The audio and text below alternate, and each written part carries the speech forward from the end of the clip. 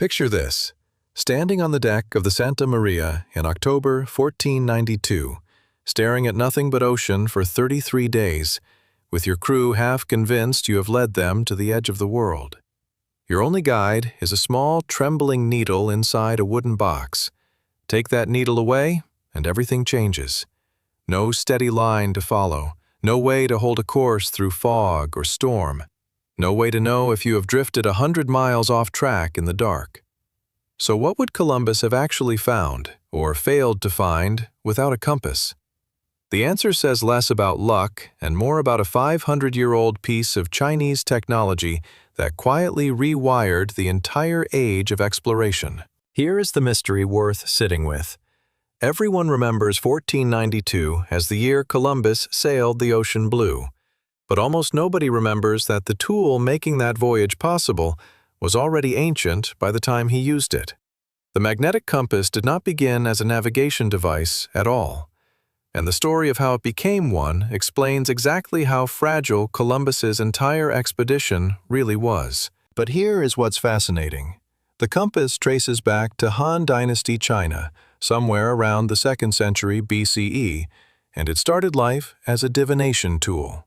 Chinese geomancers used lodestone, a naturally magnetized mineral, to align buildings and tombs with cosmic forces, not to sail ships.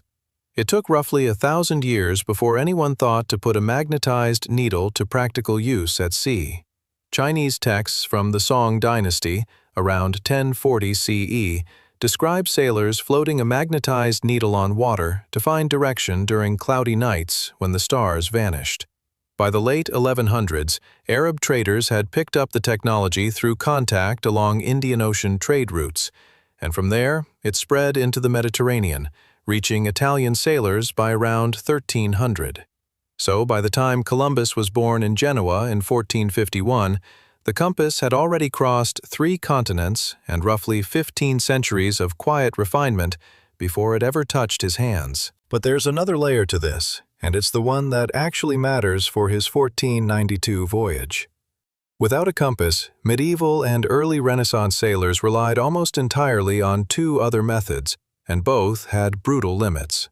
The first was celestial navigation, tracking the sun by day and stars like Polaris by night to estimate direction and rough latitude. The problem is obvious. Cross the equator and Polaris drops below the horizon entirely, useless. Hit even a few days of overcast sky and the whole system collapses. The second method was dead reckoning without magnetic reference, essentially guessing your position using speed, time elapsed, and remembered heading, constantly corrected by landmarks. That works beautifully hugging a coastline. It falls apart completely in open ocean, where there is no coast, no islands, no fixed point for over 3,000 miles. So what actually killed off open ocean exploration before the compass? Not a lack of ships. Europeans had capable vessels for centuries. Not a lack of ambition either. What killed it was orientation. A ship's captain in heavy cloud cover, at night, with no compass, could drift 20 or 30 degrees off course without any way to notice, and by the time the sky cleared, he might be hundreds of miles from where he thought he was, with no fuel, no radio, and dwindling food. This is the exact fear that gripped Columbus's own crew on the Santa Maria, watching the compass needle and wondering if it, too, might betray them. Here's the part nobody talks about, and it is the strangest twist in the whole story. 4 days into the outbound voyage, on September 13, 1492, Columbus recorded something in his log that terrified his navigator. The compass needle was not pointing exactly at true north.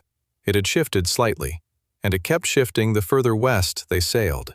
This phenomenon, now called magnetic declination, occurs because the magnetic North Pole and the geographic North Pole are not the same location, and the difference varies depending on where you are on Earth. Columbus and his crew had no concept of this in 1492. To them, watching a trusted instrument suddenly behave strangely in the middle of the Atlantic felt like an omen, like the very laws guiding their journey were dissolving. Historical accounts describe Columbus quietly recalculating and reassuring his pilots the shift was due to the North Star moving in its orbit. A reasonable-sounding explanation that was scientifically wrong, but it kept the crew calm enough to continue. Without a compass at all, this entire episode simply could not happen, because there would be no needle to notice drifting in the first place, and no data suggesting the fleet was still holding anything resembling a course. Take the compass away entirely, and here is the more sobering answer to what Columbus would have found. Historians of exploration generally agree the voyage likely never would have been attempted at all, at least not by a fleet expecting a fixed schedule. The Portuguese and Spanish crowns were funding expeditions specifically because improved instruments, the compass paired with the astrolabe, made a return voyage seem survivable and repeatable rather than a one-way gamble. Remove the compass, and Columbus is left with dead reckoning across open Atlantic water for over a month, no coastline correction possible, no reliable heading through the frequent cloud cover of that specific crossing. His actual course held remarkably steady partly because the compass let him correct minor drift daily rather than let it compound over 5 weeks. But here's where it gets genuinely strange. Some navigation historians argue that without the compass, a westbound Atlantic crossing would not have simply failed. It might have unintentionally succeeded somewhere completely different. Dead reckoning drift tends to accumulate southward in the North Atlantic due to prevailing currents and trade winds, meaning an off-course fleet relying purely on stars and guesswork could plausibly have been pushed further south than the Bahamas, landing instead somewhere near the coast of what is now Venezuela or the northern edge of South America, a region Columbus did not actually reach until his third voyage in 1498. In other words, take away the compass, and there's a real possibility Columbus still stumbles onto land, just years off from when he actually did, and hundreds of miles from where he actually landed. But that reading is not quite the full picture either, because it assumes the fleet survives long enough to drift that far. Ship's logs and later reconstructions suggest Columbus's crew was already near mutiny by early October, convinced they had sailed too far to ever return. What kept them going, according to multiple historical accounts, was less the compass itself and more the confidence it projected. A captain who can point to an instrument and say, with total certainty, "This is our heading, this is how we get home," holds authority that a captain relying purely on educated guesswork simply does not have. Remove the compass, and you don't just remove a navigation tool. You remove the psychological anchor holding 39 men from 3 ships together across 5 weeks of nothing but horizon. So the honest answer to what Columbus would have discovered without a compass is layered. He may have discovered nothing at all, because the voyage may never have been funded or attempted the way it was, the entire premise resting on instruments making a return crossing seem calculable rather than suicidal. Or, in a stranger version of history, he might have discovered land anyway, just not the Bahamas, and not in 1492, drifting instead toward a different coastline entirely, arriving as a different kind of accident. What the compass actually gave Columbus was never perfect direction. It even lied to him briefly, that strange afternoon in September when the needle wandered from true north for reasons nobody on board could explain.